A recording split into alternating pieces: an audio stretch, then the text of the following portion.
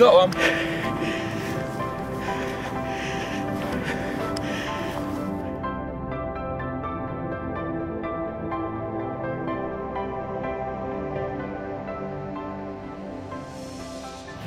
I'm not saying a lot because I'm nervous.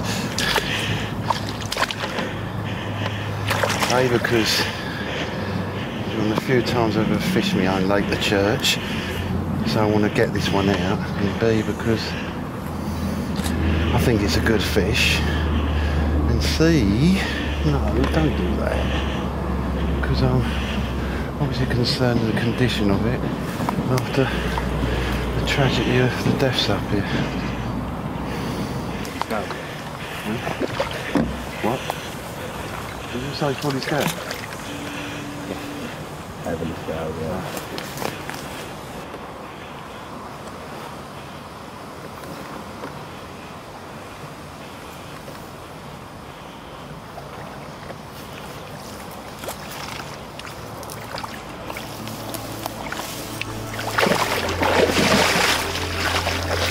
Well done, Alan.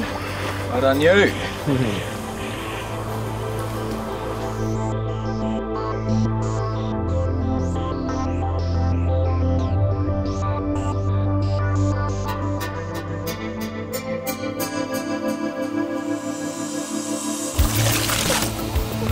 She's very lively, very, with that dorsal right up.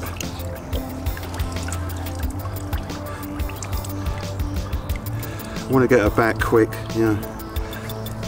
She's in good nick, but you know, they've gone through a lot recently. She's a bit pale, I think that's because the weeds died and the water's coloured, but all in all, no leeches, so she's not been laying up. I think I can feel confident. She fought like hell as well, so she's made a good recovery. And I trust the rest of the church fish have as well. Right, I'm going to get her back. I'm not going to weigh her, I don't need to know that much.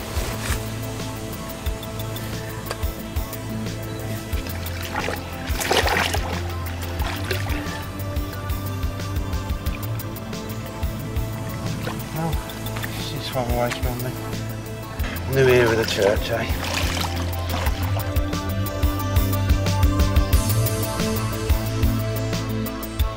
Nash's thoughts on rig selection. There's three key areas I look at, and from that I'll figure out the rig I want to use. Firstly, I look at all the other anglers on the lake.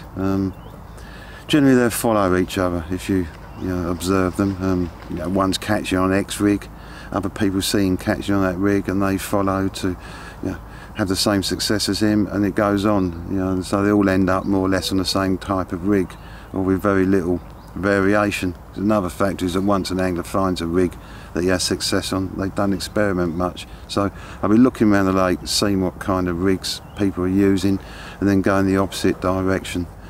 We're fishing for carp, they're learning from the anglers who are fishing for them, so you want to go the opposite way to an area where they haven't learnt, basically. Then our next factor is strength in the rig and lack of complication. So my rigs, I try and keep it as simple as possible. Law being the more complicated it is, the more to go wrong, the more to tangle. And on the strength element, well, I want to land them, so I don't want any that are too delicate, so they might break, let me down at the important point. So strength to me is key. And what I'm kind of saying there is I would sacrifice finesse of a rig to make sure I land the carp, because there's no point in, for example, going down to ridiculous breaking strain, low breaking strain, and not being able to land them. It's worth hooking 4 and landing them all than hooking 10 and landing none, if you see what I mean. My current rigs, and there's 2 different ones I'm using, are really focusing around the hook link. So that's where I'm making the difference and the changes. In recent years, well, more than a few years now, there's been a big swing towards plastic coated hook links. I've never actually got on the bandwagon. Those who read me articles, I've regularly said I use Arma braid. It's very strong, abrasion resistant braid, and it's supple. So that was where I was going a different way and getting the edge. In the last couple of years we've been developing a new version of it called Arma Link. I love the stuff. It's really smooth and so easy to work with, but it's so heavy as well. That's what we wanted to do to achieve the heaviest hook link on the market. and I think we've done that with the Arma Link.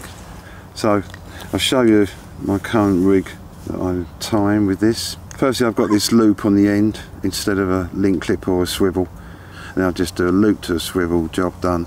I do like Snowman setups. I like it where the carp can easily suck it up into its mouth, but I don't want it wafting around its mouth and head. So if you like, I'm making a super weighted hook link with a little dabs of cling on.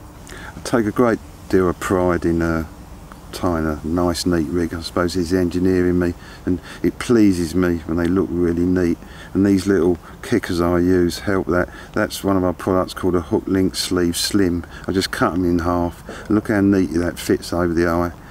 And then we come to a hook, which is the Twister, only hook in the world to use in my opinion. Another little difference I make here, this is my blowback rig, slides back as you can see.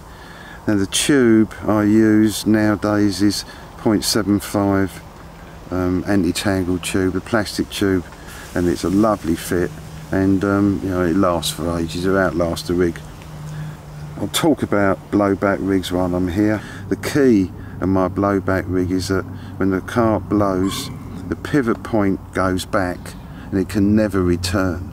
If it can return, then it's very easy for the carp to suck on the bait and the hook point to be dislodged and come out.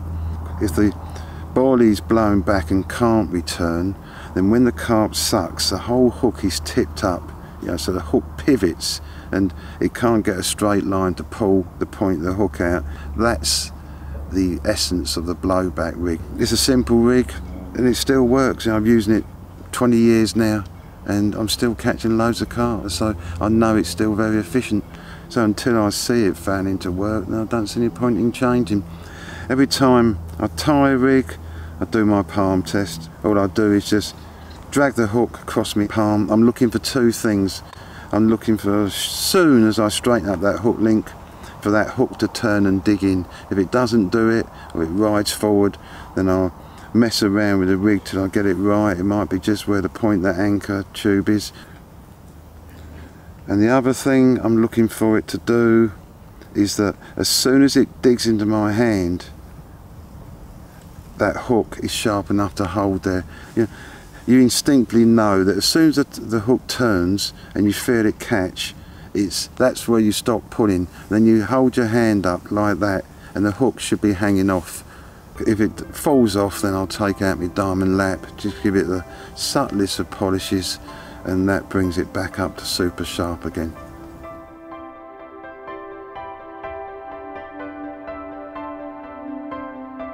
My other current rig at the moment I'm going to show you, it's actually a rig that I first showed I think 6 years ago. Triggalink is a major rig edge, and it's a major rig edge for one reason, that everyone hasn't piled into it. So what's Triggalink about? For those who don't know, basically it's a hook link that has PVA woven into it as well as elastic. If you've got elastic in your rig, it's so difficult to tie it accurately into length.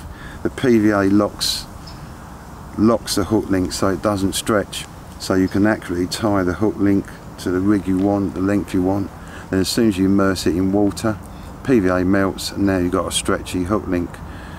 The stretchiness in the hook link, well, it does so many things. You may notice you suddenly start getting a lot of twitchy takes, you know, bobbins bouncing up and down rather than just screamers, and that's because they've been hooked up. You know, this is a fish, by the way, it doesn't normally scream off. You know, the one you never even knew was on your rig, but he takes in the bait, gets pricked, he's caught up, he thinks, oh, I know how to get off now, but he can't because he's in effect hanging from a bit of the knicker elastic.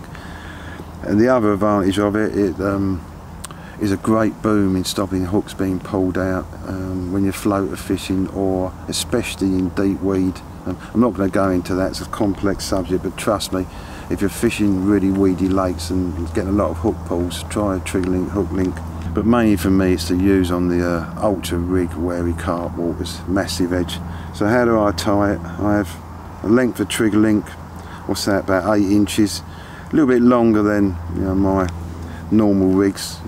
Standard length that is before I start messing around, but I think you need a little bit more Triggalink so you've got enough stretch in it, okay?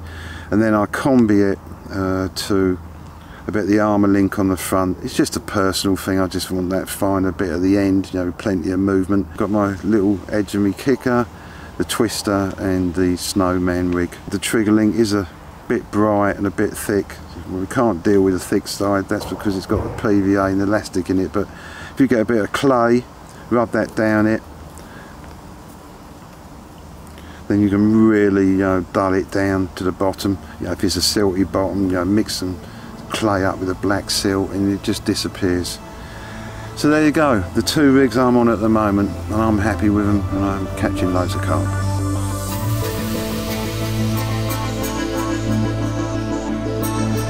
Saw a couple of fish moving out of this bay, so moved round and went into a rather ploddy church lake carp.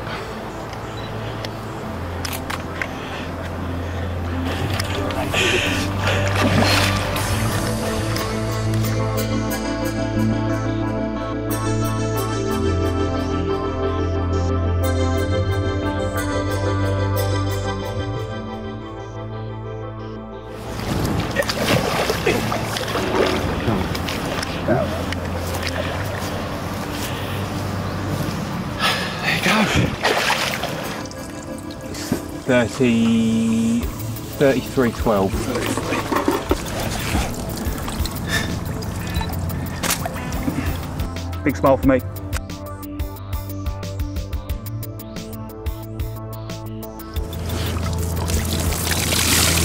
Now please stay calm for a minute, darling, and go back. That's it.